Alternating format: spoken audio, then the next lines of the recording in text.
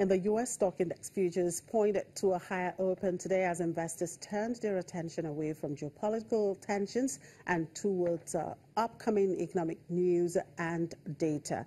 In the previous session on Tuesday, the first trading day of 2018, U.S. markets finished trade in the black, with the Dow Jones Industrial Average closing above 100 points. In data news today, all eyes are on the Federal Open Market Committee minutes. The document due out at 2 p.m. Eastern Time will contain the minutes of the U.S. Central Bank's most recent meeting. And mortgage applications are set to be released at 7 a.m. Eastern Time, followed by the manufacturing ISM report on business and construction spending. Geopolitics will also continue to put global markets on edge during today's session.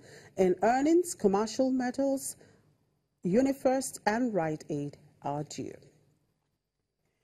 In Asia, stocks closed with moderate gains today, tracking sizable increases seen on Wall Street overnight as the dollar traded near 3-month lows.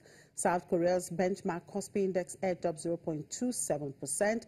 Hong Kong's Hang Seng index edged up 0.08%. Mainland markets also trended higher, with Shanghai Composite advancing 0.65%. In Australia, the ASX 200 edged up 0.15%. And Kenya's telecoms regulator has ditched a proposal to break Safaricom up into separate telecoms and financial services businesses due to its dominant size. An initial draft report on boosting competition in the sector, which was leaked in February 2017, had recommended the breakup of the firm that is Kenya's biggest by market value. Reports say the proposal had been dropped from a revised version of the report, which has been circulated to operators for comment. The company, 35% owned by South African group Vodacom and 5% by Vodacom's major shareholder Vodafone, has 29.4 million users, 71.9% of Kenya's total. The smaller operators have long argued that Safaricom enjoys a dominant position because it accounts for 90% of revenues in areas such as voice calls and text messages. And human capital development has been identified as the driver of high-income growth and the foundation of prosperity. Speaking at a Human Capital Development Summit during the last meeting of the World Bank IMF in Washington, the President of the Republic of Rwanda, Paul Kagame, said unleashing human freedom and ability is a force multiplier that creates limitless potential. Let's hear him. Human capital is without doubt the driver of high-income growth, the foundation of prosperity. This is not an abstraction. We are talking about people in real terms.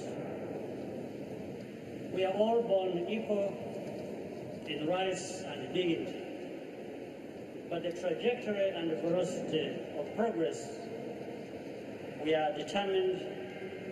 are determined by how well we use the capabilities acquired in the earliest stages of our lives.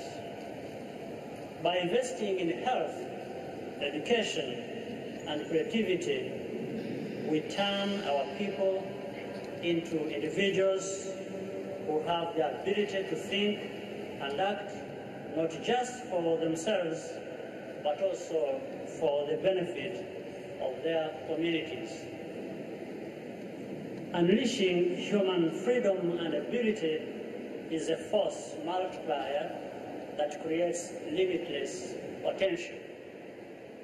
For that reason, I would like to challenge us all not to limit our ambitions to eliminating extreme poverty. That just doesn't sound good enough. Our aim is prosperity and well-being for everyone. Paul Kagame, President of Rwanda. After the break, we'll look at an energy transaction worth $130 million in Tanzania. To stay with us.